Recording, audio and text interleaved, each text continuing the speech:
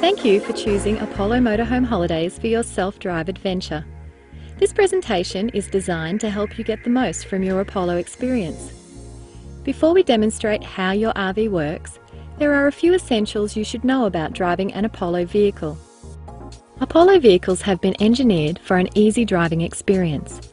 However, RVs are much taller and wider than the average family car, and as such, should be driven with extra care. Take extra care when approaching bridges and tunnels, and be aware of low-hanging tree limbs. Avoid drive-throughs and undercover car parks. Always use truck lanes, especially at toll booths. Remember, your vehicle has extended mirrors as well. You will notice that the driver's cabin is set up a little differently than a car. Various driver controls may be positioned differently. Take some time to familiarise yourself with these before leaving the Apollo branch. Your US Wanderer is packed with many features designed to make your touring holiday more enjoyable. This presentation will show you how to operate your RV. Before departing, you should run through the following checklist to ensure a safe and trouble-free journey. Make sure the living quarters are safe to travel. Ensure all appliances and kitchen items are stowed and all storage compartments are closed. Check that all windows and doors have been securely locked, all roof vents are closed, and the TV antenna has been retracted. Make sure your RV has been completely disconnected from your campsite, and all outside compartments are closed and locked to prevent them opening while in motion. Ensure the slide-outs have been drawn in. Visually scout the area and plan your exit, taking note of any obstacles such as low-lying tree limbs or obstacles on the ground. Returning to the driver's cabin, make sure that you and all of your passengers are wearing their seatbelts. Make sure you have adjusted all of the mirrors, your seat position, the air conditioning and your stereo. It is important that you are not distracted when driving your RV. In the United States, vehicles drive on the right side of the road. Stay in the furthest right lane to allow faster vehicles to overtake. Take extra care when turning at traffic lights to avoid ending up in the path of oncoming traffic. Allow extra space between your vehicle and the other road users, especially when braking. RVs are naturally heavy and need more time to slow down. Be careful with the tail swing. This is how many accidents happen. Make sure that your rear wheel has cleared, then slowly start to turn. While travelling down a steep incline, it's advisable to turn off the transmission overdrive. If needed, you may also downshift to a lower gear. We will now take you through your RV and demonstrate how each area works. To gain easier access to the living quarters of your camper, use the exterior step. The step will automatically extend when you open the door and will retract when you close the door.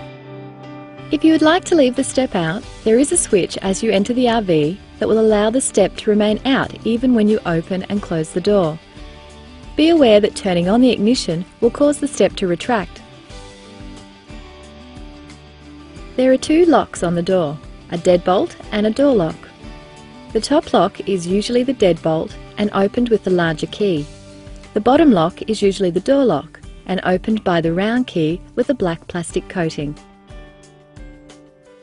Within the door there is a fly screen, which you can release by pulling the lever. Pull the flap across to seal the door. Apollo vehicles operate on auxiliary 12-volt battery systems, which power internal appliances such as fridge, lights and water pump. The switch for the auxiliary battery is located at the control panel. The auxiliary battery switch must remain on at all times during your self-drive holiday. The level monitor panel displays the main and auxiliary batteries' remaining charge. The battery system will provide power for between 12 and 20 hours when fully charged, depending on use. The batteries recharge in three ways: when you drive the RV, connected to mains power, or when the generator is running. Idling the engine won't provide enough power to recharge the batteries. Try to reduce battery consumption by turning off all unnecessary lights and appliances. All vehicles can be connected to the 110-volt mains power via the supplied 30 amp extension lead. Most RV park circuits are rated at 30 amps. Make sure you have a 15 amp adapter when you leave the Apollo branch. When you are connected, all equipment automatically runs on mains power rather than the battery. Appliances such as the microwave, rear air conditioning and power points only run on mains power. When not plugged into a campsite, it should be plugged into the electrical socket on the left inside the compartment. This will connect electricity from the generator while it is running and the RV's engine when driving. The mains power system is protected by a circuit breaker. Ensure that this switch is always in the on position. If the circuit breaker trips, turn off all appliances and reset it by switching it back on and turning on your appliances. If it trips again, disconnect the mains power cord or turn off the generator. Cycle all breakers off and on. Plug the power cord back into the mains power or run the generator. Turn on your appliances one at a time until you identify the problem device. Then contact your Apollo branch where you picked up your vehicle from. The control panel is where you test your fresh water, grey water, black water, propane, main battery and auxiliary battery. The lights will indicate whether the levels are good or not. Turn the hot water heater on to start heating water. Allow about 10 minutes to heat enough water for the sink and allow about 20 minutes to have a shower. The water pump switch must be on if you are not connected to mains water and you are going to use the freshwater tank on board the vehicle. The generator start button is on this panel. The auxiliary battery must be on to start the generator and your fuel tank must be over a quarter of a tank.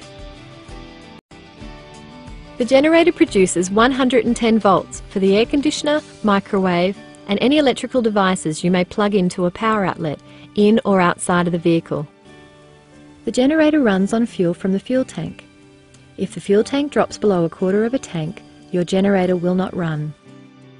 Make sure the manual reset circuit breaker is on, which is located on the generator to the right of the secondary switch. Pull towards you to set the breaker. The generator may be running, but no electricity will be going through. If the starter switch at the control panel is not working, you should try the secondary switch. Make sure that the air conditioner is off before starting the generator. If it is on, there may be too much of an electrical load for the generator to handle. Never run the generator while sleeping. Your motorhome has the added feature of slide-out room extensions. To operate, the engine must be running, the park brake engaged, and the vehicle must be level. Ensure there is enough clearance outside the vehicle before operating the slide-out. Simply hold the switch to the out position until the slide-out has been fully extended. Always be sure to retract the slide-outs before moving your motorhome.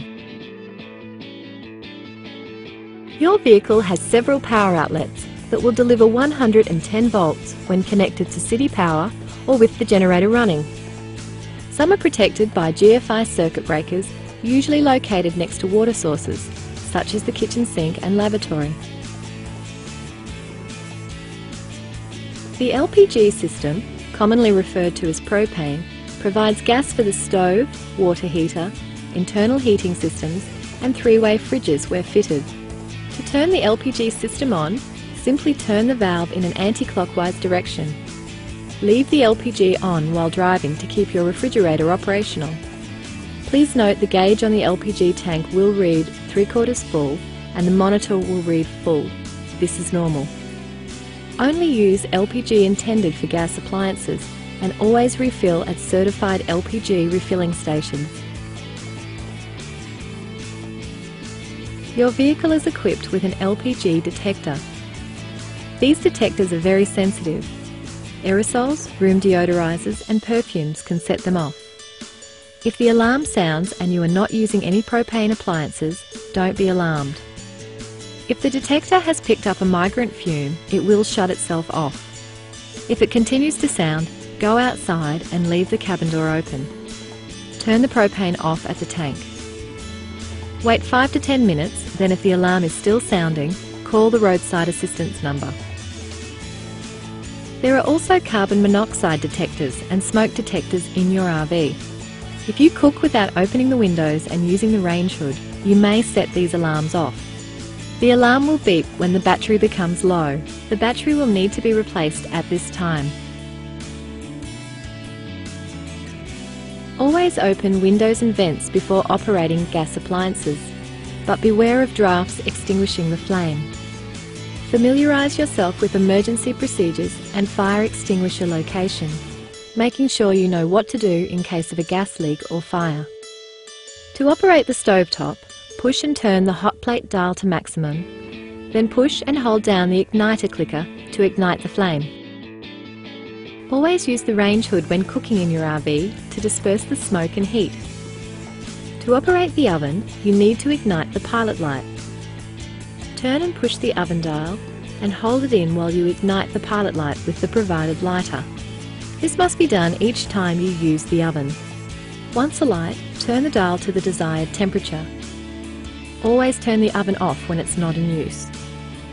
The stove should never be used for internal heating or while the vehicle is in motion. Your refrigerator operates on both propane and electricity. It should always be on the auto setting. Therefore, when you're not plugged into city power or running the generator, your refrigerator will keep your food cold. Adjust your thermostat slider to the desired temperature. The check light will sometimes flash on if you're out of propane, the propane is not turned on, or if your vehicle is not level. Make sure you rectify these issues, then reset the check light by turning the refrigerator off and then back on. Remember, if the vehicle is not level, this could cause the check light to go on and stop your refrigerator from cooling. Always try and keep your RV as level as possible. To operate the microwave, your vehicle must be connected to mains power or have the generator running. You have the option to set up an extra table for the sofa lounge. Retrieve the legs and tabletop from the cupboard in the bedroom and insert the legs into the placements. Twist the legs clockwise to lock the legs into place. Slide the tabletop onto the legs to complete the table. To convert a dinette lounge into a full-size bed, first remove the cushions to allow the tabletop easy access. Release the table locking lever and slide the tabletop down to form the base of the bed. Lock the table into the lower position and then arrange the cushions to form the full bed mattress. To convert the sofa lounge into a full-size bed, simply release the base by pushing the red tab. Pull the base towards you until the sofa bed becomes flat. Remember, you must retract the sofa bed before travelling. To convert the overcab bed, simply pull the hinged cushion towards you to fill the gap. Use the ladder provided for easy access. To avoid injury, this bed should never be used by people or for storing luggage while the vehicle is in motion.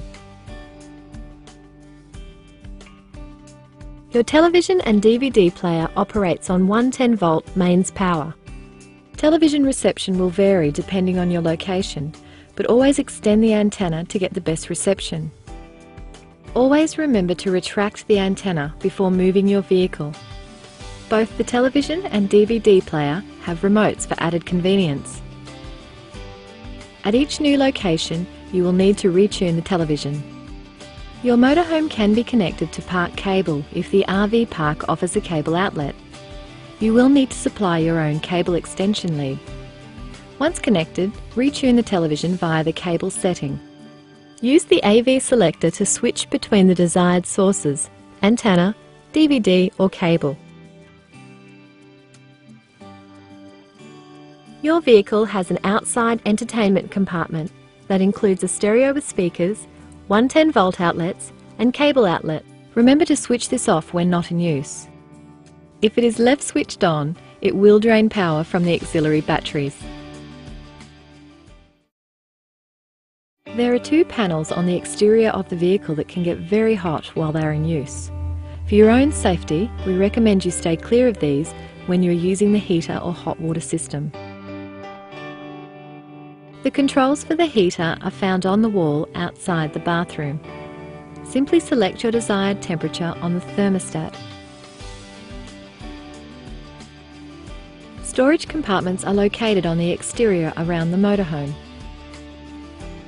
We recommend keeping valuables and non-waterproof items inside the vehicle. Your motorhome comes equipped with an outdoor shower. Make sure you've turned the water heating system on well before using the shower. To fill the fresh water tank, unscrew the cap and put the end of the hose directly into the hole.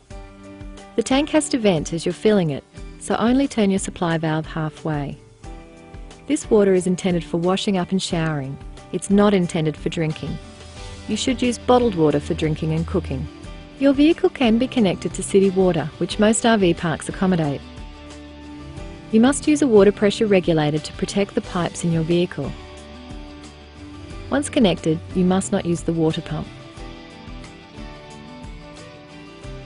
Your motorhome comes complete with a fully equipped bathroom, including vanity basin, shower and toilet.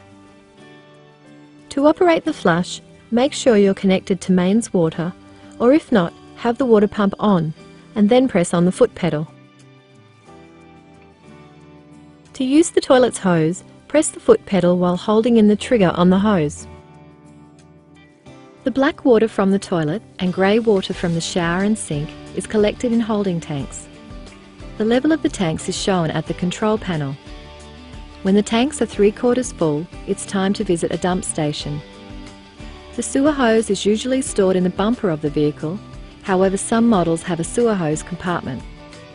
Remove the cap from the termination connection under the vehicle and connect the sewer hose.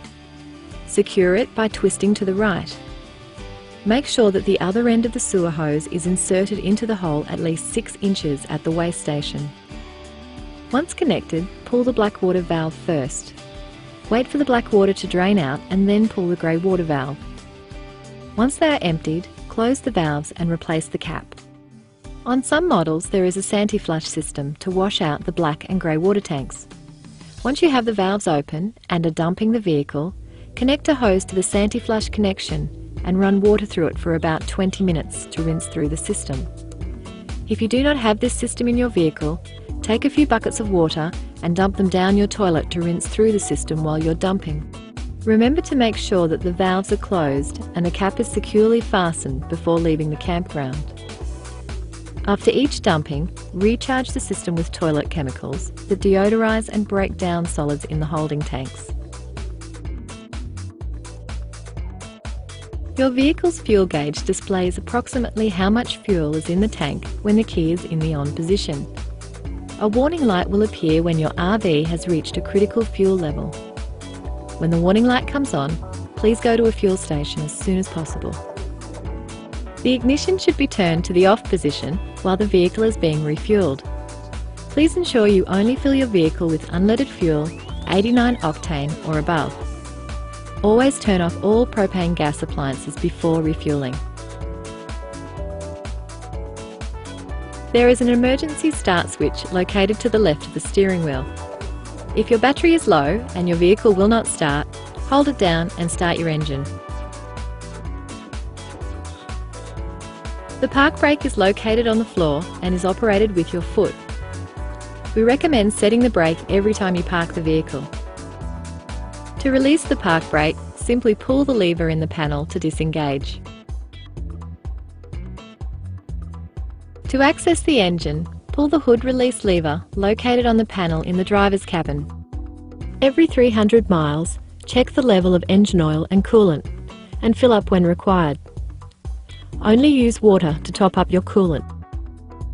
If you think your transmission oil or brake fluid needs attention, please contact our customer service centre on the number found on your key tag.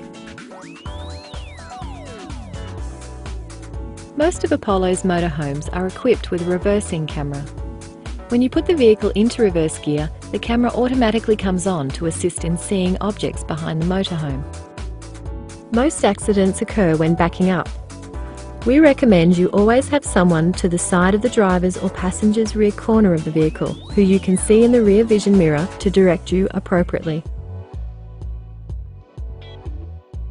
To operate the emergency window exit, simply pull the red handles and the window will push out. A spare tyre is in your motorhome.